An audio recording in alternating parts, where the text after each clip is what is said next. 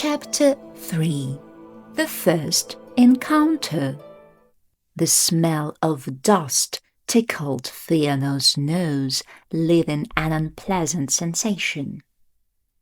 The scenery along the forest road had begun to bore Pheanor, and he urged his horse on.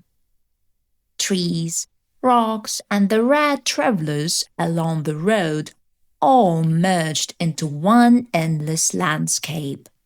Looking for some important sword was hardly the most exciting thing to do, but it was still far better than staying home surrounded by arguments and reproaches. And it was certainly better than heading straight to the front lines. Pheanor ran his fingers over the smooth, oblong crystal in his pocket. He had received it on the second day after being called up for military service. What surprised him most was that the village chairman had almost immediately handed him an official document confirming his very first assignment: to find a sword capable of changing the course of the war in Arcano. All this came from an organization that many saw as nothing more than a bunch of volunteers trying to bring peace. Yet, judging by this, there were probably some powerful figures behind the scenes. So caught up in his thoughts, Pheanor didn't notice someone stepping onto the road. With a loud neigh, Mel suddenly reared up, almost throwing Pheanor off her back. Mel, easy! What's wrong with you? Pheanor jumped down to calm his horse. Only then did he notice the cause of the incident. A girl was pushing herself up from the ground. Are you stupid? He shouted angrily. Takes one to know one, the girl shot back. So much for a good first encounter, especially since just a minute ago she had been planning to ask him for a lift. Even after that, walking for another minute seemed far worse than taking a few insults from a stranger. Her legs were already aching from exhaustion. Alexia turned towards the traveller. Seeing only a strange shimmering glow instead of the girl's face, Pheanor instinctively stepped back. Three rainbow dragon don't scare people like that. Sorry, Alexia shrugged and dusted off her clothes. Didn't know you were such a scaredy cat. Who wouldn't be? I thought you were about to cast an attack spell at me. Pheanor studied the stranger more closely. The glow hid her face, making it impossible to see her features or even the color of her hair. It seemed the person standing before him had some connection to magic. And that was a stroke of unexpected luck. Are you hurt? He asked, his tone gentler now. Suddenly his attention was drawn to the order crystal attached to the girl's belt.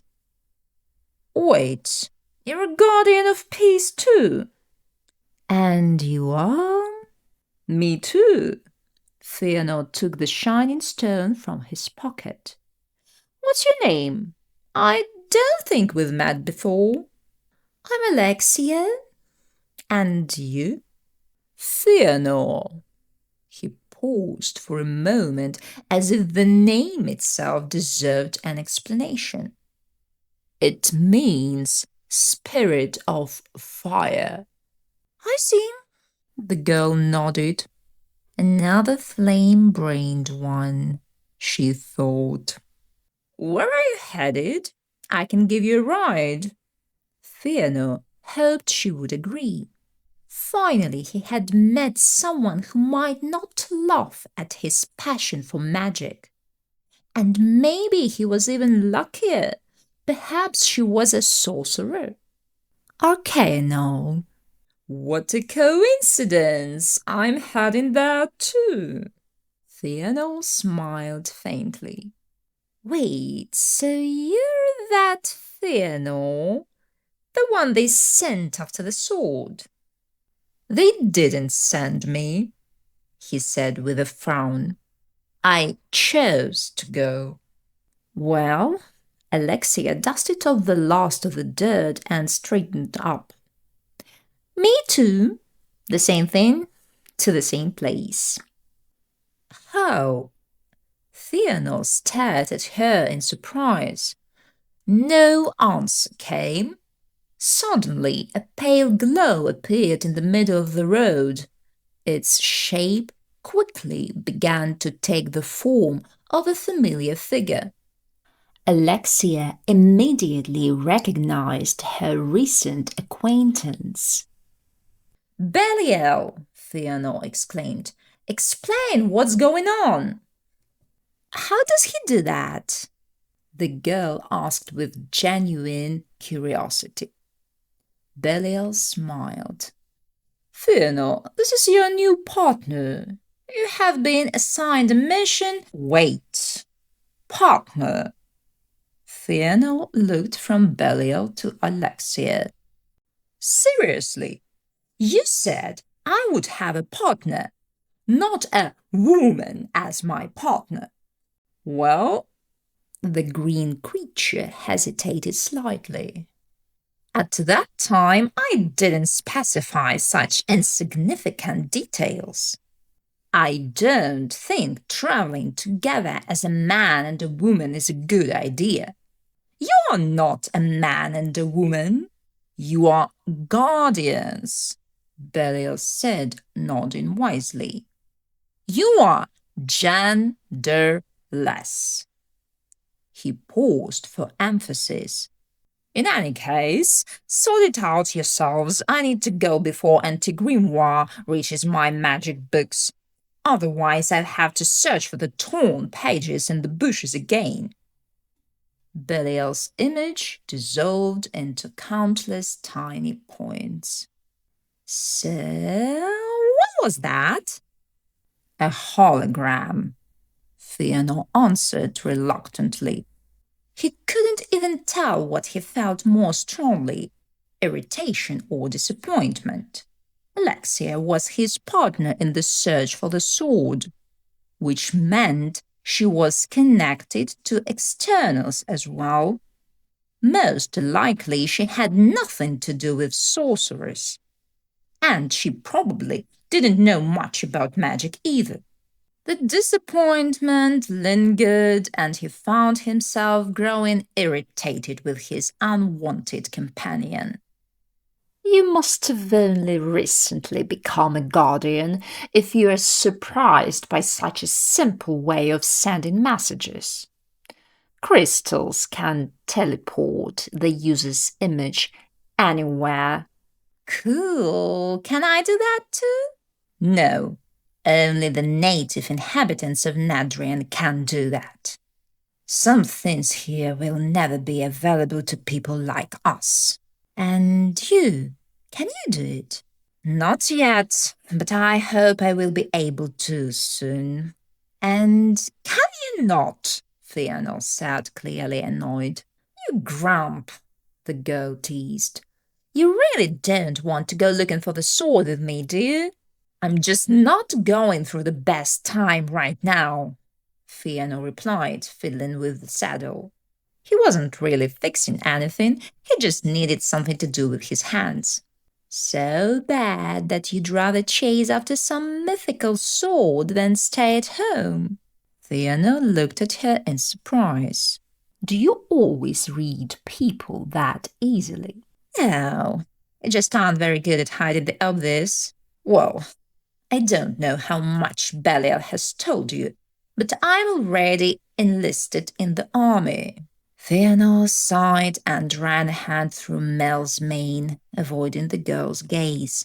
This sword quest is just a way to delay the inevitable a little longer. Sooner or later, I'll have to go to the battlefield anyway. And at home, he hesitated.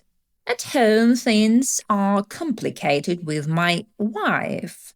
So, yes, you're right, I really don't want to stay there right now. Pheanor hadn't mentioned his wife by accident. He wanted to make his boundaries clear from the start. You're married. Alexia seemed almost happy about it instead. Great! Do you have a child? Yes, a daughter. She's 4. Pheanor replied, a little caught off guard. He sighed. Apparently, getting rid of this partner wasn't going to be easy. Fine, we'll go together. We can't waste any more time. Does that mean you're taking me with you? Alexia asked almost teasingly. What else am I supposed to do with you? He reached out a hand and pulled her up onto Mel in front of him. By the way, if you're an external, you have an influence rank, right? What's it called? Maybe we can just stick with my name. What? Is it some great secret? No, it's just that if I say Dalton, will that mean anything to you? No, Pheanor shook his head.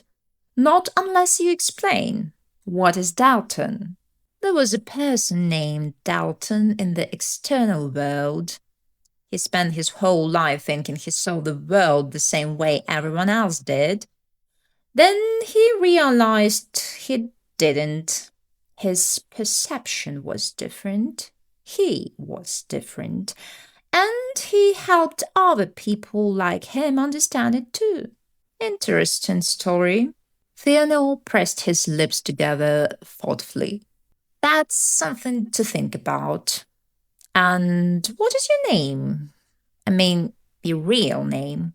You know, I can't tell you. The law, the Supremes forbids it.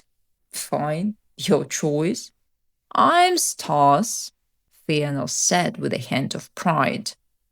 What? Alexia's eyes widened. It means to become glorious. Alexia couldn't see his face, but she could already tell he was lifting his chin proudly again. My parents gave me that name.